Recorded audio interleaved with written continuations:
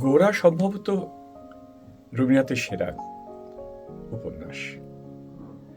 এর পেছনে সে সময় একটা সাংস্কৃতিক রাজনৈতিক ভূমণ্ডল ছিল, যে কারণে গোরা কি এটা নিয়ে তখন তত্ত্ব তল্লাশি হতো।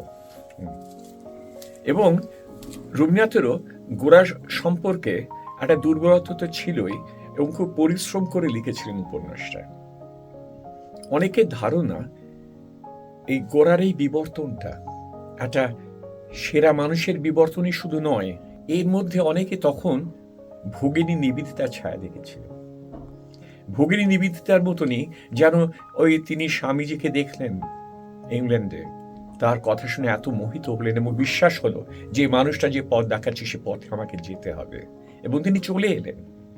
তার 2 বছর পরেই স্বামীজি চলে এলেন, তার 2 বছর পরে 1898 সালে উনি চলে এলেন, এবং তারপরে একটা হিন্দু জীবন যাপন করলেন।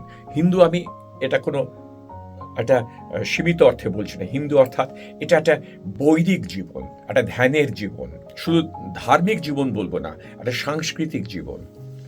গোরার মধ্যে একটা চরম ব্যথার লক্ষণ আছে গোটা উপন্যাসের মধ্যে।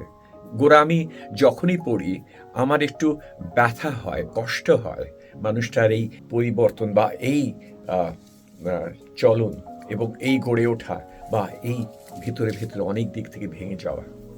এটাও সত্যি কথা যে যেসব কথা বসানো হয়েছে বিনয়ের মুখে, সেই কথাগুলো এক এক সময় যেন প্রতিফলিত হয় ওনার নিজের ব্যবহারে, চিন্তায়। বিভিন্ন সময় উনি মনে করতেন যে যদি আমাকে কেউ জিজ্ঞেস করে আমার উপন্যাসের মধ্যে কোনটি আমার সবচেয়ে বিবেচনার রচনা, আমি হয়তো গোরাকেই বলবো। শুনুন রবীন্দ্রনাথ ঠাকুরের উপন্যাস গোরা শুধুমাত্র নটার গল্প ইউটিউব চ্যানেলে।